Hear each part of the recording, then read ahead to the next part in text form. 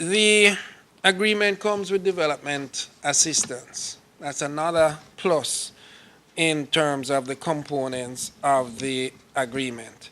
And therefore, it can help us to meet some of the cost of implementation. Things like putting in place new customs regimes, how to meet phytosanitary standards, etc.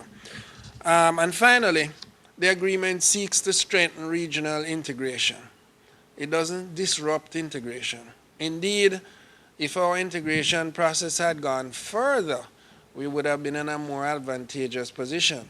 The single market process should be the platform or foundation for your positions in external negotiation. In some cases, we were confronting issues which we haven't resolved among ourselves, but we were able to leave those out of the agreement.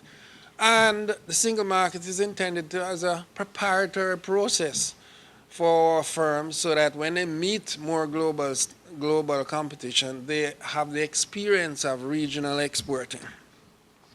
Strengthening regional integration, investment promotion, liberalizing imports, export opportunities, development assistance. All of those, if you scroll down the list of characteristics I gave you and goals, you will see that all of them are impinged on directly by these components of the Economic Partnership Agreement. We have to see the Economic Partnership Agreement as a challenge, but as an opportunity. It is a challenge because if you look at the competitive index, you will find there are 24 developed EU countries that are more competitive than the most competitive country in the region, Barbados. However, that should not worry us. What we need to look at is where our competitiveness is with regard to other countries exporting to Europe, developed and developing. I would suggest that a region has the capability to compete. Why do I say that? I could do the popular thing and trot out the platitude that if we have great athletes, then we're great and we have great entrepreneurs. Or if we have great entertainers, then we have great managers. Not so. We have the talent, but we have to put in place the systems to make sure that these resources reach global standards. Because we have produced in the past products that are at global standards, from rum to reggae music, what it shows is a capability.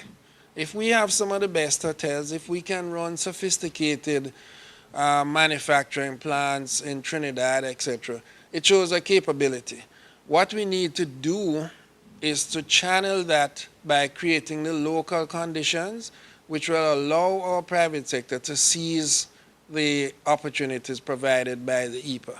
These opportunities will not automatically come to fruition. But what I have seen in the Caribbean convinces me that it is possible. I have visited plants in St. Kitts, which are a quarter of the size of this, and they're making little parts that go into airplane engines. Next time you fly in transatlantic, remember that. I have visited a plant in Antigua that's half the size of this room. It's exporting windows. There is no activity that we cannot be successful in if we apply it. The fact that we have done it in some sectors means we have to learn those lessons and to percolate those lessons throughout the economy so that we don't just have sectors and individual firms that are world-class, but we have an economy that's world-class, that can produce goods that are internationally competitive.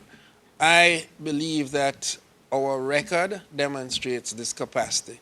And I borrow that now growing popular phrase, yes, we can.